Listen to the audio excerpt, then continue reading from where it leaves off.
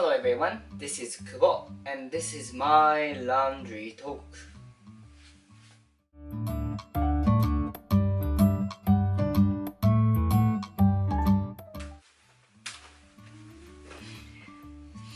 Hello, this show is for my language improvement, nothing else. So I will talk whatever I want to talk, and if you happen to know what I'm going to talk about, congratulations, you're my friend. So today I'm going to talk about Negitoro. Negitoro. Negitoro. So I will tell you what it is first. Negitoro is basically chopped tuna, and a lot of times, most of the times, it's a combination of scallion or green onion and chopped tuna. And traditionally, how it was made is that when you cut tuna, there will be some leftover meat on bone, like tuna bones, and then try to best way to reduce the waste. What they did is they take spoon and then they scrape the meat from the bone. And I think in that region or whatever, maybe just a regular Japanese at that time, scraping was called negiru. We call it negiru. So negi is coming from the action. However, green onion also means negi in Japanese. And to kind of reduce the fishiness of meat, I think they started adding scallion. So a lot of people confuses negi as green onion, but originally coming from the action of scraping. However, nowadays Negitoro typically means a combination of negi, which is green onion, and chopped tuna. And again, the original idea is to reduce waste and have the best way to have those leftovers. And the reason why I wanted to talk about this is purely since I was probably in junior high or even a little bit earlier, like in elementary school, let's say. Since then, that's been my favorite food in this world. Nowadays, it's kind of old way to create negitoro if you're actually scraping off from bone. Typically what happened is that they use leftover tuna when you trim them, or even intentionally just use low quality tuna mixed with some like a vegetable oil, fish oil to make it fattier, and then you would be able to buy those from superstore. Anyhow, I like those artificial one too. I love the real negitoro as well, but that's just my passion. That's my food. So I would talk about that. Okay, so I think my first encounter is when I was in like elementary school or junior high. The way we ate sushi was we weren't so rich, so we don't go to one of those sushi restaurants that doesn't have any conveyor belt. That has just counter. So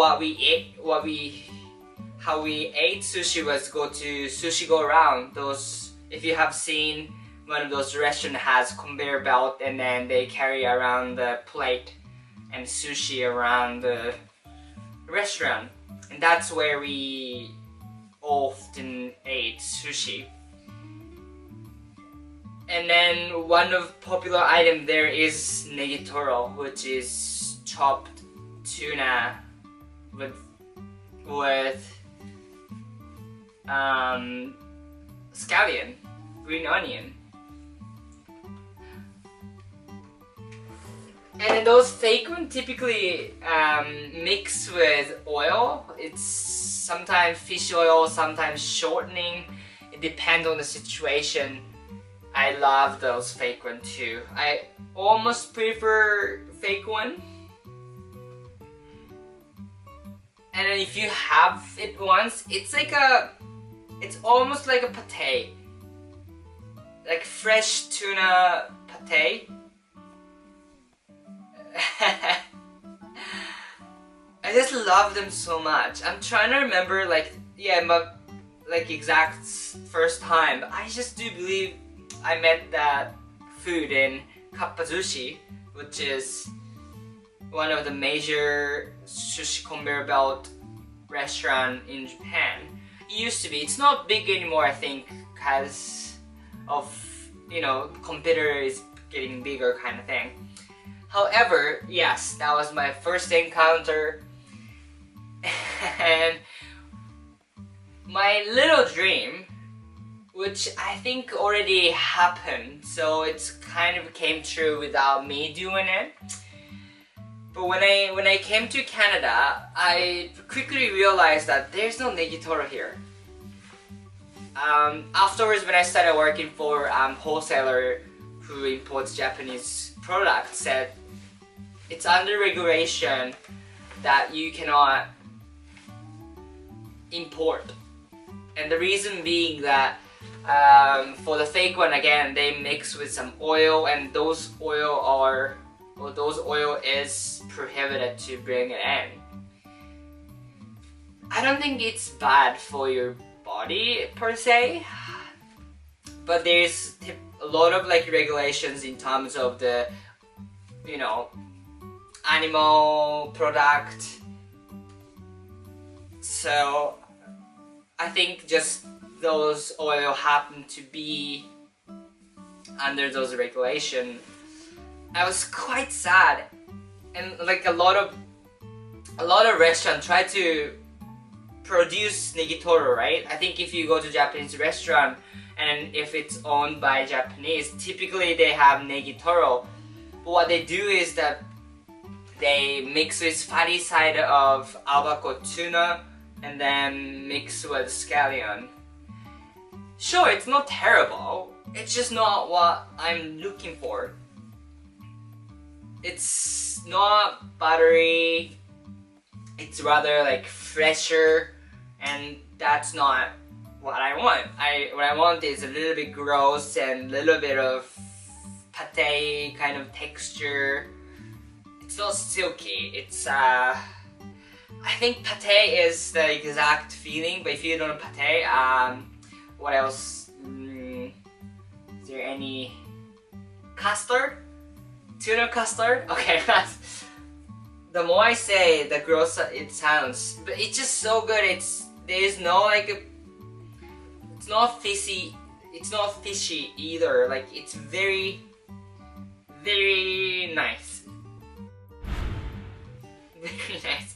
Yeah, but couple of years ago, I pitched it to. Well, no, not couple of years ago. It's actually 4 years ago, and then when I got the job interview from my previous employer, I mentioned this. My dream is to bring Negitoro to Canada, and they're like, "Oh, cool!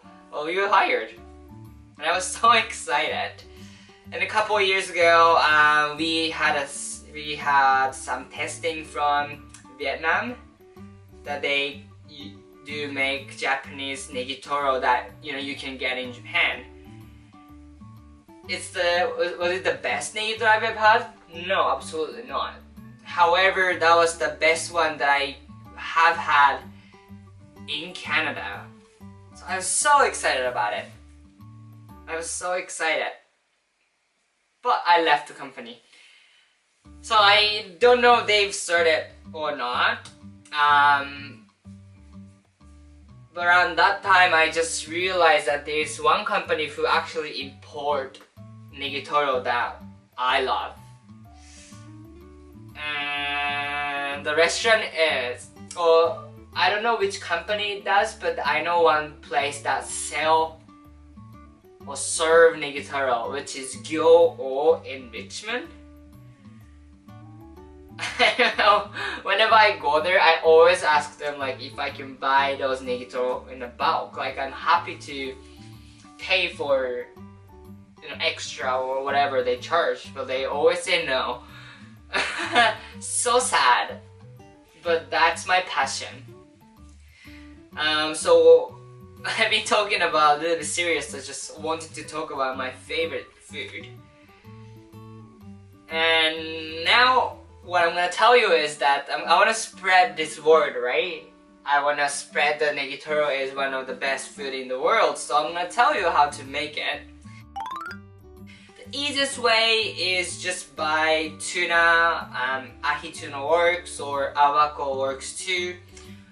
Just buy one of those tuna. I don't recommend to use bluefin tuna. It's just because it's kind of waste of good tuna.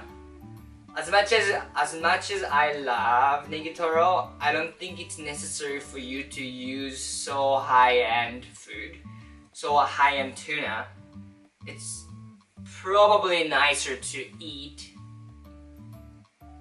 like sashimi instead of doing Negitoro. Of course, if you want, you can do it. It's gonna be tasty. But yeah, what's the point, right? It should be a little bit gross, and that's the point. Anyhow, so buy those, and first step is just start chopping. Like you could do food processor as well, but it becomes a little bit too,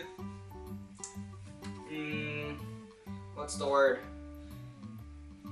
Too mashed up. So I prefer to chop everything by knife, but up to you. But you can definitely food process as well.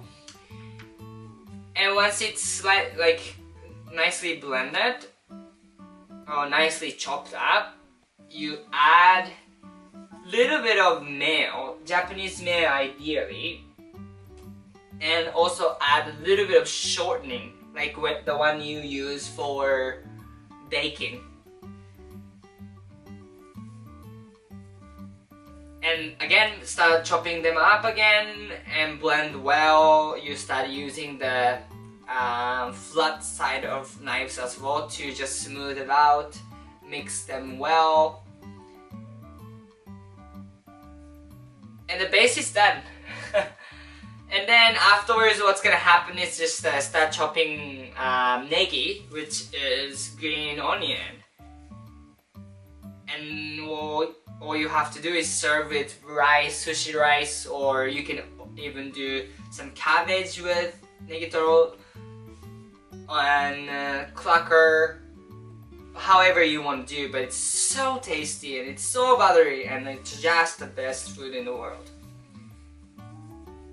So this is my first step to spread my word about Negitoro, but I will keep telling people, and hopefully eventually Negitoro is something people will recognize just hearing it, and then some people will start craving like I do. Alright, thanks so much for listening. My favorite food, the most favorite food in the world. Is most favorite food is a word? Who cares, I guess. Anyway, Negitoro is the best food. Thanks so much. Have a wonderful, wonderful Negitoro life. Bye.